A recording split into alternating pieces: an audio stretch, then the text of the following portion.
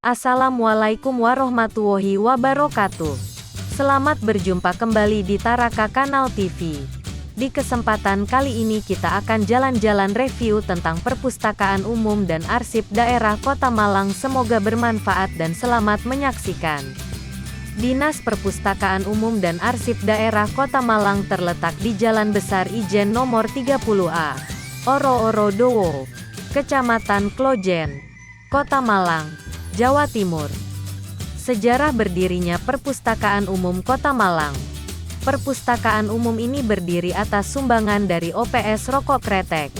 Selesai dibangun tanggal 17 Agustus tahun 1965, diserahkan dan peresmiannya ke Pemda Kodya Dati II Malang tanggal 17 Agustus tahun 1966.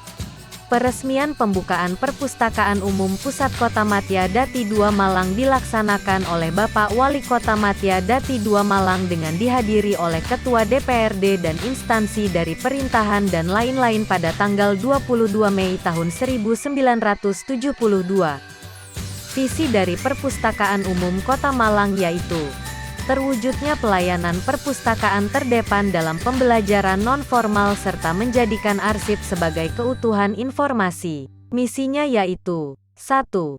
Meningkatkan minat baca dan mengembangkan koleksi bahan pustaka. 2. Memberdayakan arsip sebagai alat bukti yang sah.